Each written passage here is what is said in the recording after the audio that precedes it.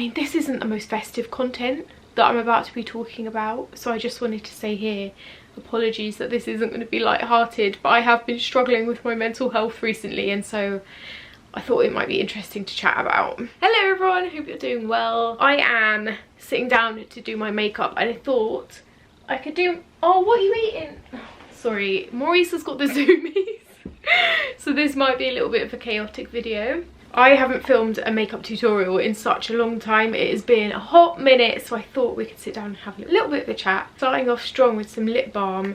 I spent way too much money on this in Sephora because I heard so many people talking about it. It's the Laneige, the lip mask. I got the berry flavour. Don't scratch the new carpets. I did tell you this was going to be chaotic. We've recently got new carpets fitted and we've got like scratching pads all over the room for Maurice to scratch on. He's already started. Don't you dare. Don't you dare. Don't you dare. Sit on here, little one. Scratch on this. No, scratch on this. Okay, you're going to have to deal with the scratching pad in the background. Ruining the aesthetic. So I thought we'd have a little bit of a chat about anxiety and particularly my phobia and a little bit of a heart-to-heart. I haven't spoken about this yet online, but it's something that I've been struggling with quite a lot recently over the past month or so. And I wanted to chat about it because I thought it'd be really good to connect with other people that are feeling a similar way to me or have the same phobia or have the same anxiety. And I showed in a vlog that went up last week or the week before, like I'm breaking out in eczema. My anxiety seems to like make my eczema flare up. It's not looking too bad on my arms at the moment, but you should see my legs. They are looking so awful. In fact, I'm a little bit embarrassed to show you, so I'm not going to do that. They're just like, I can't stop scratching as like a form of like, I don't know, stress, I don't know. Okay, so if any of you struggle with emetophobia, this might be slightly triggering. I'm just going to put it out there. But also exposure therapy is like proven to be really good for emetophobia as a way to like lessen the severity of it. I have had CBT for my phobia in the past and it was exposure therapy, which meant I had to write a list of like the worst thing possible to do with my phobia to the most manageable thing possible to do with my phobia, and like literally work my way through the list from easiest to the hardest. And I honestly, I think I found that list that I wrote recently actually, and it was just a bit mad. Oh, if you're unfamiliar, emetophobia is the phobia of sick, as in like vomit. Which I still can't say properly. No, obviously no one likes being sick. No one likes being sick, full stop. But if you have emetophobia, you might really struggle with day-to-day because of your phobia of sickness. So a lot of emetophobes is more about themselves being sick. So I know a lot of emetophobes struggle with like eating and cooking meat and just meat in general, germs, because they want to try and limit all of that so that they are not sick in the future. I'm using my concealer. I use the NARS Soft Matte Complete Concealer just to cover all my spots before I go ahead and put foundation on. My emetophobia presents itself slightly differently. Mine, I would say, is more about other people being sick. My phobia got so bad at one point that I literally could not get to work because I was so scared of people being sick on my train. I don't know where that came from. It was back in 2013-14 when I actually had therapy for it, because it was taking me ages to get to work because I'd get on a train and I would convince myself that someone looked slightly poorly and that they were going to be sick, so I'd get off the train, wait for the next train, and it would just repeat. It was bad, and exposure therapy really did help for me at that time. One of the first things on my list was writing the word vomit and then saying the word vomit. I still don't like saying that word, I'm not gonna lie. I try and avoid that word as much as I can, so for that reason I'm just going to say sick going forward. And then it was like, I mean, I didn't really want to talk about this because I do still feel uneasy about it, but the list then worked its way up to like watching a cartoon of someone being sick, and then watching a fake video of someone being sick, and then watching a real video of someone being sick, on repeat, on repeat, on repeat, all of them until it didn't make me anxious anymore. And as you can imagine, That was pure torture. I don't know how I did it. I literally don't know how I did that. So yeah, I haven't had therapy for my phobia in about 10 years. 10 years this year actually, I think. And it really did help for a time. But this past year, I don't know what's gone into me, but my phobia is like reappearing. For a lot of this year, I've been feeling super anxious about... What are you eating? Super anxious about sick, thinking about it absolutely every day. Whenever I leave the house, it's all I think about. That is so bad to... Yeah, it's kind of weird to admit that. I've spoken to Jill about it a little bit, only because I'm constantly looking at pavements. When I'm out and about, I will just be looking at the floor for sick everywhere I go, whenever I go anywhere. It's so debilitating, like it's always on my mind. And still when I get on a train, especially near kids or babies or pregnant people or anything, it's all I'm thinking about. It's so annoying. And also this time of year, everyone's out getting drunk all the time. You never know when you're going to see sick. You never know when someone's going to be sick. Everyone's drunk. And also the norovirus is a massive anxiety of mine. I know that it's super catchable, contagious, and you just never know. Like, you could pick it up anywhere and not know. There's like no way to avoid it, I don't feel like, apart from good hand hygiene, which I obviously am very good at. For foundation, I've been using my Bare Minerals Original Powder Foundation. I've just been using this for the majority of the past couple of years actually. I really like the fact that it's so natural, buildable, and kind of also good for your skin. Apparently you can sleep in this. I would never do that, but apparently you can. Should I zoom in a bit? My skin is breaking out. Can you see? I've got a massive spot come up there. Okay, let's do eyes next. Eyes, I'm going to be using my Urban Decay Naked 2 Basics palette. It's a bit broken. I actually have a newer one upstairs, but I'm basically going to take this shade and just put that in my socket. Okay, so all this to say that my anxiety has been off the charts, more than usual, just because it's this time of year, but also I was sick a couple of weeks ago, and since then, oh my god, I've been in such a bad way. I never spoke about this on my vlogs. I never spoke about it on my Instagram. Obviously, it's not a nice thing to talk about, being sick. It's not good content. I actually filmed years ago, it must have been about 8 years ago, I actually filmed a whole video about my phobia and the therapy I've had and how much it's affected my life. I should probably film an updated one of those. I talk about where my phobia originated, I think, in that video. It's very graphic. But I know that that video helped a lot of people feel less alone with the phobia, because it can be super isolating. Like, I've had people say to me, everyone's sick, get over it. It's like something that just happens. No one likes sick, so why are you making it out to be as big a deal? Or obviously no one likes sick, but does it affect their life? Like, does it stop them living their everyday life? And for me, yes it does, and yes it has done. And that's when, like, yeah, I would never put anyone down for their phobia or their fears, so I don't know why some people would say that about this phobia. I am going off on a tangent. A couple of weeks ago I was sick. I'd had quite a busy day. I was traveling a lot that day. I did a form of exercise in the morning, and then that evening I didn't really eat anything for lunch that day. I didn't have any meat that day. And then G and I went out for dinner. We had a vegetarian dinner of like pasta. There was nothing in there that could have made me sick. I had a glass of wine with dinner, and then we went to a gig and I had a tin of beer at the gig. And then when we got home quite early. It must have been about like 9:30, 10, and I had a hot chocolate in bed, which was lovely. And then as soon as I finished my hot chocolate, I just felt so nauseous. I felt really sick. So I kind of like rolled over, went to bed. Woke up a couple of hours later feeling still so nauseous, and I was like, oh no. So I got up, I went downstairs, I made myself a peppermint tea. Peppermint tea for me is like a massive comfort blanket. It's like, it used to be one of my massive coping mechanisms back in the day when my phobia was super bad, as a way to like settle my stomach and try and convince my brain that this tea was helping me not feel nauseous anymore.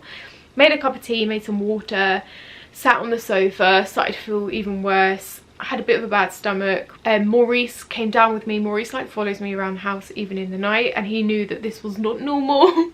He was quite meowy. So I was like, I'll give you some more food. So I went to make him some more food, and I was just like, no, I'm gonna be sick. And I was sick, and it was horrible. And ever since then, I've replayed this in my mind every single day. It feels like a lot. This is in my head all the time. And even though my phobia isn't about me personally being sick, I obviously don't like being sick. And if I do feel sick in the past, I would have a panic attack. I was so proud of myself this time for not having a panic attack. I feel like I dealt with it so incredibly well. I was so proud of myself for like not crying, not trying to put it off. But yeah, I was sick a lot and it was horrible. I went in on a massive like Reddit spiral trying to look up the norovirus, or like how long food poisoning takes to kick in, or like how many times was I going to be sick. I just wanted to prepare myself for if it was going to happen again. I read something somewhere on like a Reddit thread being like I was sick every 2 hours on the dot, and I was sick at like 1:30. So then I stayed up until 3:30 because somehow my brain convinced me that if I was going to be sick again, it would be at 3:30 on the dot. 3:30 came around and I didn't feel sick anymore. I felt okay, and I was like, okay, I'm just going to go to bed then. I got into bed. Like, talking about this is making me shaky. It's so annoying. I was only sick once. It wasn't the norovirus, thank fuck, touch wood. It wasn't food poisoning, I don't think. I think that I would have been sick a lot more. So I feel like maybe my main problem is I don't know what caused it, and therefore my brain is going mad trying to work out why I was sick and how to stop it happening again. So since that was a couple of weeks ago, 3-4 weeks ago maybe, and since then I've just been an anxious mess, you guys. I haven't shared that. I am so anxious. I am like every single evening getting into bed convincing myself that I feel sick. I keep saying to G, like, it must be annoying for him as well, because every evening I'm like, I feel nauseous. Like, I'm very good at knowing why my brain is doing that. I know that I feel nauseous because I'm anxious and it's in my head, and it's not actually that I feel nauseous. It's so weird. This Friday, the Friday just gone, we went out for dinner and we went to a gig on a Friday night. The same night that happened, we kind of recreated that evening. Not intentionally, it was just a coincidence. And we got home and I in my head I was like, well, it's a Friday night, I've been out for dinner and I've been to a gig, so I'm gonna be sick tonight. And I had to like sleep next to the bathroom as like a coping mechanism, so I could be near a toilet in case I was sick again, even though I probably wasn't even feeling nauseous. It was just in my head. So yeah, I've been a bit of a mess. Just my brain is like convincing myself that I feel sick and I really don't want to be sick again, and like working it up in my head way more than it would have done originally. Yeah, I haven't been sick like just for no reason, I want to say, in like 15 years, maybe more than that. I have been sick from alcohol once in the last 2 years, and that, like, I hated myself after that. I didn't drink again for ages after that. I was just so embarrassed that as like a 30-year-old I had been sick from drinking alcohol, because I've always been so good at knowing my limits and knowing when to stop. I've been a mess. I've been finding it very, very difficult. It's definitely stopping me eating as much. I remember my therapist actually saying, if you can do something else and the feeling of nausea passes, then you know it's in your head and not real, because you wouldn't be able to get rid of a real nausea feeling. So I try and convince myself that every single time I do feel sick. I feel like that was a very good tip. For example, last night I was feeling ill, and so I was like, well, if I read my book and I can focus on the book without still feeling sick, then I know that it's in my head. And funnily enough, I didn't feel sick when I was reading because I was concentrating on something else. So I know that it's just something in my head. But yeah, have any of you guys got emetophobia? Does it get better?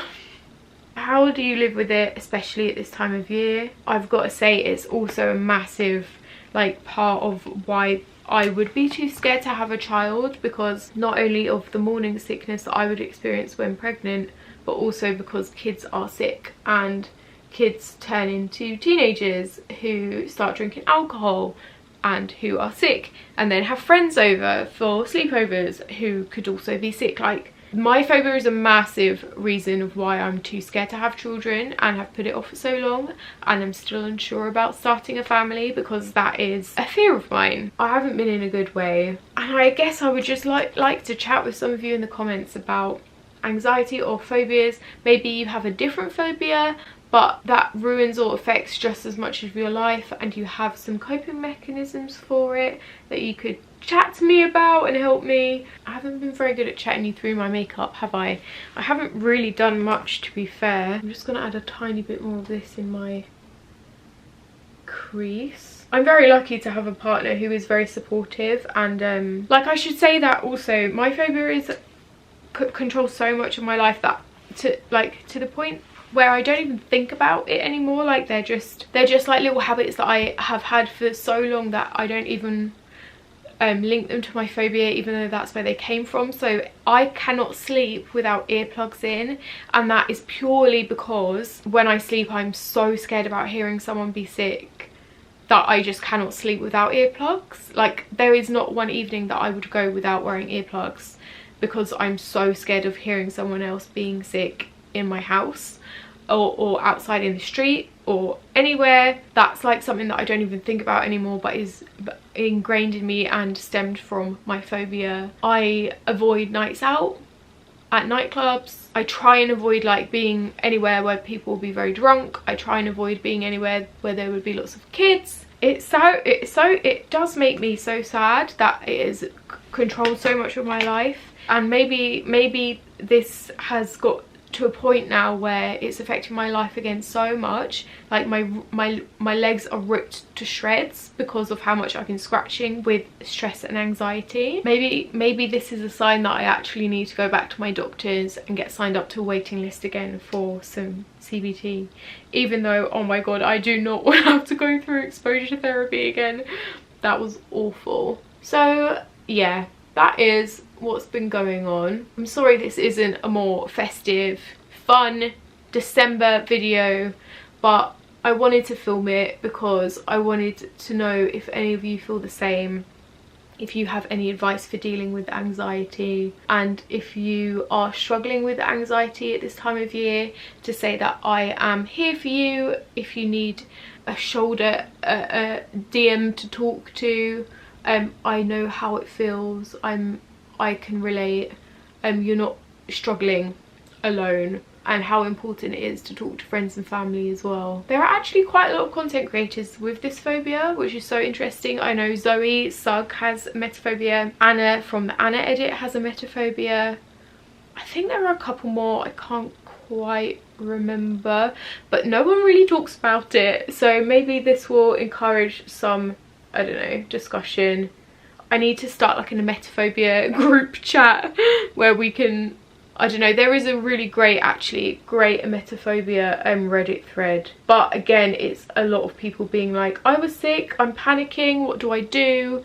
But that is like a nice support network, I guess, if you're struggling and you don't mind some triggers, because there will be people talking about triggers there. But you know what, I try and not let those certain trigger words trigger me too much, because I know that the more my brain like freaks out, then the worse my phobia is just gonna get. Like, I need to, if there is sick in a film, G will like cover my eyes and I will already know it's coming. Like, I'm so good now when we watch a film or telly at seeing when it's about to happen, so I will just look away. But that is just training my brain to avoid that, and that's not going to help me. So I know that I need to get better. I've literally got an eyelash like poking in my eyeball. I haven't even finished my makeup yet, but I don't want to talk about sick anymore. I have used the Charlotte Tilbury Exaggerize Volume Mascara. It's not my favourite. The Hourglass Unlocked mascara is my favourite, but it's so dry and like run out now, so I can't use that anymore. Concealer, I'm going to use NARS Radiant Creamy Concealer in the shade Chantilly. I feel like I'm at a point where all of my makeup is running out now, and I just need to add some of them onto my Christmas list this year. I tap my concealer in with my ring finger, so I'm not pressing too much on that area of my face. The lighting in this video has just been atrocious, but one of my biggest like pet hates about YouTube videos is when people complain about the lighting, and I know that I used to do it in the past, so I try not to do it anymore because I'm like, that's so boring. Like, obviously the lighting's changing, nothing you can really do about it, you don't need to apologize, but it has been changing a lot in this video. A quick contour, I'm going to use the Fenty Cream Bronzer. I use the shade Amber 01, and I literally just do a little sweep of that on my cheekbones, a little bit on the forehead, and then I've got a separate brush that I use to contour my nose. Blusher, I use my Bobbi Brown Powder Pink Lip and Cheek tint. It looks like this. That's way too much. Oh my god, I put way too much on. I remember reading when I was a teenager that you should always put more blusher on before you leave the house, because by the time you leave the house it will be gone, or like less. But I don't think that's true. Highlighter, I absolutely love this one from Beauty Pie, but oh my god, it leaks so much. Like, it's closed and it is leaked all over my makeup bag, but it is absolutely amazing for just the most gorgeous shine, and you can add a little touch. Oh, look at that. And then also what I like doing is I like emphasizing little beauty spot I've got right there, so I just put some eyebrow pencil on it because it is there but it doesn't have much colour, so I like to emphasize that. I also like emphasizing any spots I have that don't look like spots to make them not look like a spot, basically. I've not done the best job with this makeup, guys, I'm not gonna lie. I also had a comment a while ago when I used to do a lot of beauty tutorials. I had a comment being like, I hate the way you do makeup because you go from one thing to the next and then back again. Like, there's no order to it. Like, I'll do my brows, I'll do my eyes, I'll do my cheeks, I'll do my lips, and then I'll go back to my brows and shadow. That's just the way I've always done my makeup. I know it is a little bit annoying if you're trying to follow a tutorial, but lips, oh my god, see, look, this highlighter is all over everything in my makeup bag. Lips, I'm going to use the YSL, I think this is like a lip shine in the shade 122. Love Shine it's called. Quite dark, but I really like it. I might put a little bit of lip liner on. Bare Minerals lip liner in the shade Borderline. I love this. This is what I mean, putting lip liner on after your lipstick. I am going to put a tiny bit more eyeshadow. I'm going to film an Instagram reel today of how to take your makeup look from like a day look to an evening look with one product. I'm going to film that today and I'm going to get that up on my Instagram. So head on over to my Instagram if you want to see that. Here is the finished makeup. How nice is this lipstick though? I mean, it's nothing special, you guys, it's literally just basic, but I hope you've enjoyed this video. I'm sending love to any of you who are experiencing anxiety or anything like I have been recently. Lots of love.